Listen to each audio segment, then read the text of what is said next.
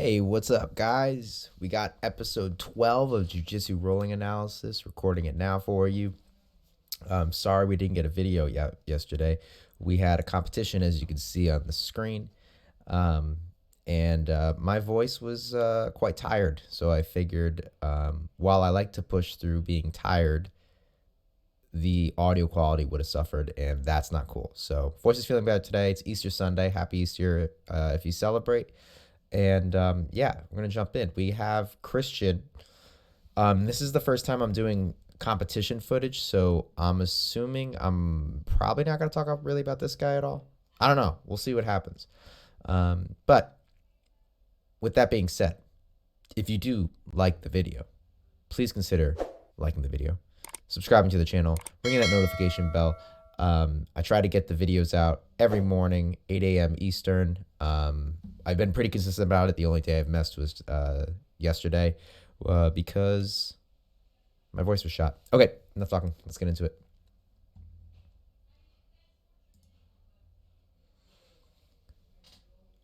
Good guard pull.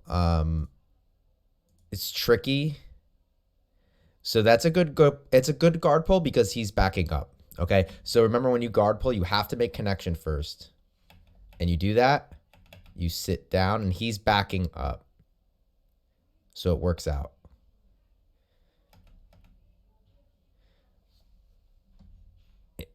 Did you step on his foot on purpose? That's good. If you did. I like it. I would, okay, so honestly, instead of sitting all the way because you're stepping on his foot and because he's coming back and because your hand's right there, take this hand, grab his foot, and then take this foot, bring it back here, plant, and go forward. You're going to get him at the very least into a single leg or potentially an ankle pick. Probably just a single leg. Lift his leg up and then work from there. And then you can get a takedown. But you sit guard. This is a tall guy, but I know you're used to hitting tall guys. I would like to just, first of all, thank Shanice and Christian because they recorded, I think, almost all the matches at this competition so I could focus on coaching while I was there. But with that being said, we might have to skip through some stuff as we don't have the best views, and that's not anybody's fault. We can't really do anything about it. They weren't allowing anybody. These guys were, I'm hoping, people that worked there. We can't really get in there. So we'll break down what we can. Let's see. I think he went for like a double Kouchi. That's okay. Can't see. All right. So you miss it. You drive forward. Okay. And then we'll let it play.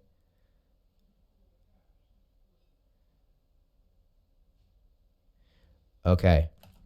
From here, take this hand. You're going to tap his knee right here and drive through and put him right on his butt. And you might do that in a second.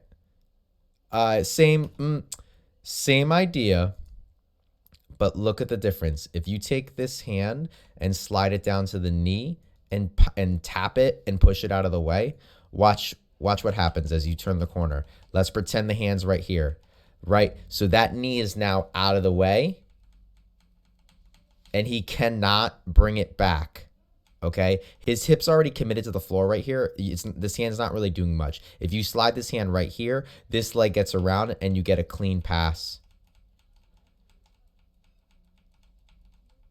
Body lock works too. If you're going to do that, I would be, instead of this leg landing out here, I would be twisting your hips so this hip's going up and this hip's going down in a rotation as this knee and this leg hook into his leg, and you shift your weight that way. And again, send his knee through, send his leg through.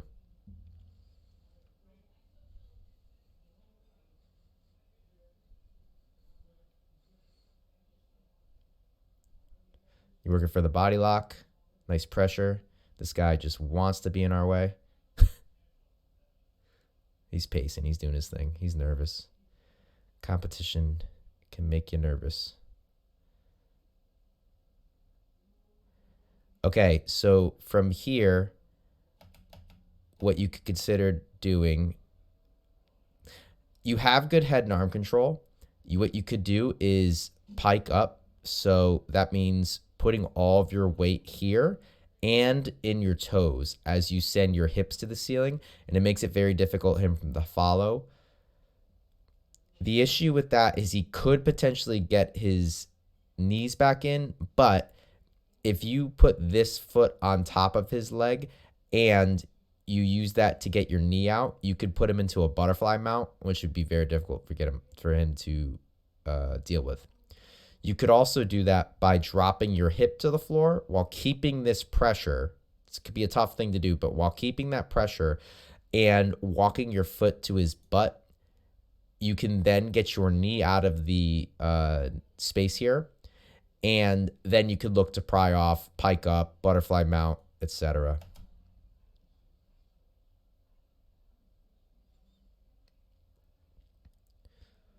While you're working this pass, this arm is not really doing much.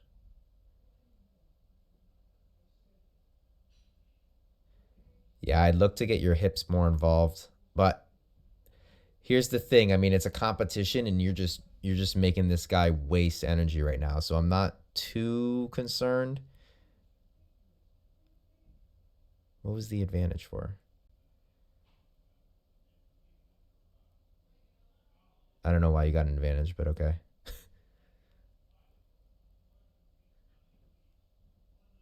Why did you never get sweep points? How did you end up on top? Wait a minute. Why is it not 2-0 right now? You pulled guard. Did I miss that? Jeez, I'm sorry. I missed that live. Yeah, you pulled guard, and now you're on top. So your guard, your turtle, and now you're on top. That's 2 points. Oh, my God.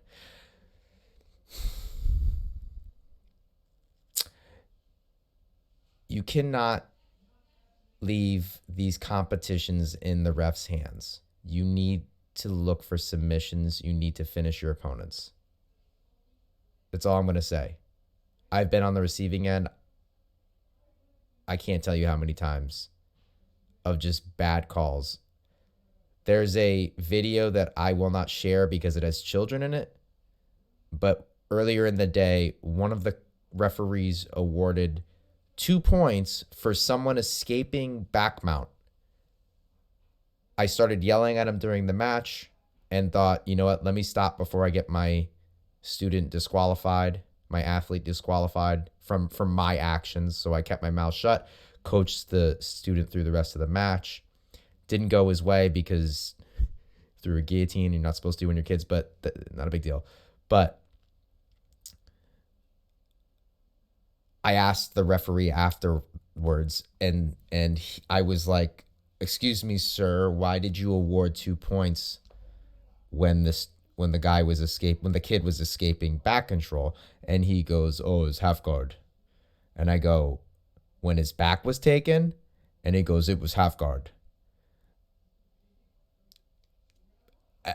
Like, listen, I'm not claiming I know everything. I've been training jiu-jitsu for 13 years. I'm not claiming to know everything, but I promise you, I can tell you the difference between someone being on the bottom of half guard and hitting a sweep versus someone having their back taken. So, you need to win your matches by submission. Back to the task at hand. Okay, so his guard's open. Why are we not getting out?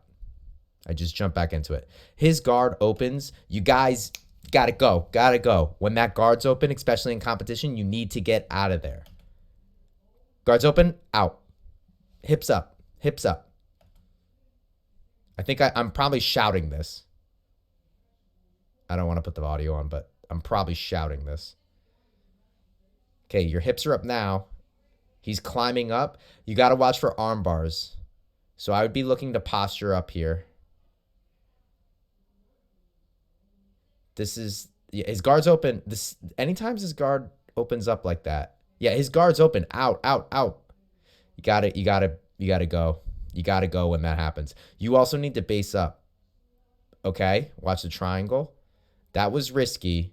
Did it pay off? Yeah, omoplata. Playing risky games there, Christian. Okay, let's back it up. This guy. Okay, so right here.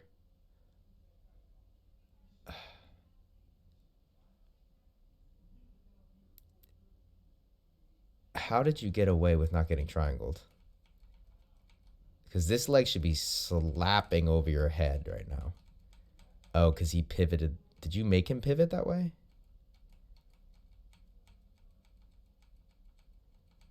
Oh, you dove your arm back. Nice. Okay. Okay. I like it. All right. But right here, you should be ripping that arm out. And this knee should be coming up to help assist.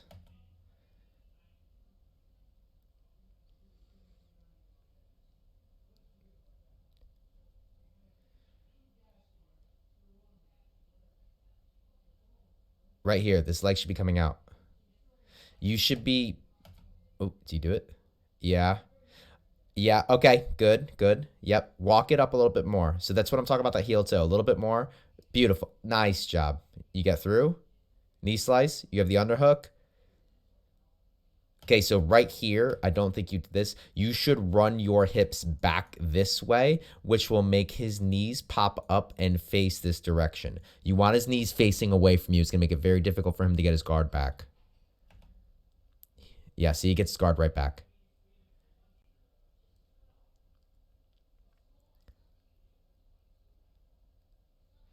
That's a legit advantage that time. Why does he have an advantage? Oh, my God.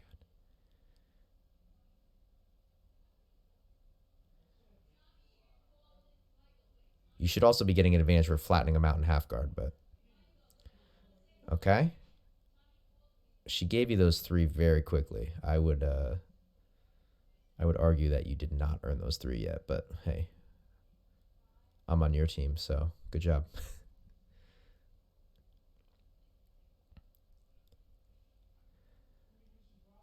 Okay, I know you're like bugging his neck here, but this... Oh, you're protecting. So here's what you could do. He's got this foot kind of trapped here.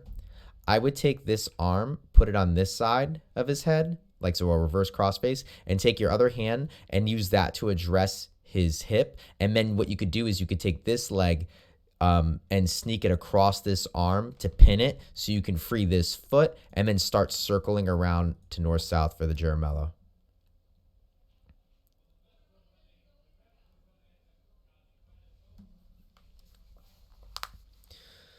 You get stalling because you're in side control. Let's check the time on that. You got into side control.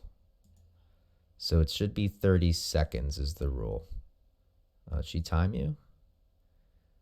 Let's see. You get in. Let's see when the timer comes up. Okay, let's add like 10 seconds to that. Okay, all right. Legit. Legit. She was not the worst ref. I mean, she might have messed that point call, but she did a pretty good job. I saw her in other matches. She was a lot better with the kids, very understanding. She gave warnings and penalties rather than just automatically disqualifying people. So Christian, I know this is like your first match. I don't like how she touches you, because I know that distracts you, but you should just be focused. Like, don't stop unless they like tell you to stop. So you gave up this half guard because you're probably like, why is she touching me? Oh, you only got the point? He should get it too. He's not doing anything. Okay, take it back. Didn't like that call. Heel toe up. Same thing. Pull the leg out. The guard's open. Knee slice. Hard. Yep. Drive your hips back. So this is the same thing as before. That's why I'm not stopping. Okay, from here, now, he's pushing you away. So you should be looking to get into a scarf hold. Yep, that works too. Jaramello special. Yeah, you got it. Nice.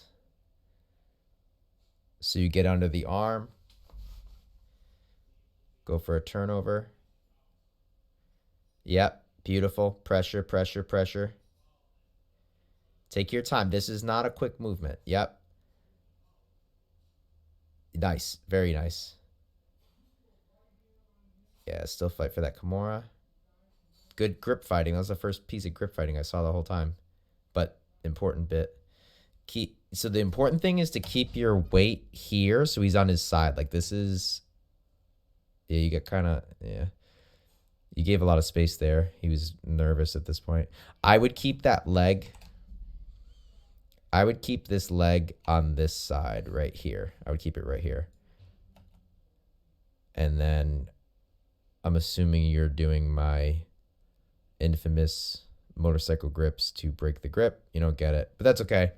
I'll let this play out. Get your hand raised. Good sportsmanship. Nice job. Good thing you roll with Jan all the time. Used to those tall kids. Nice job, Christian. All right.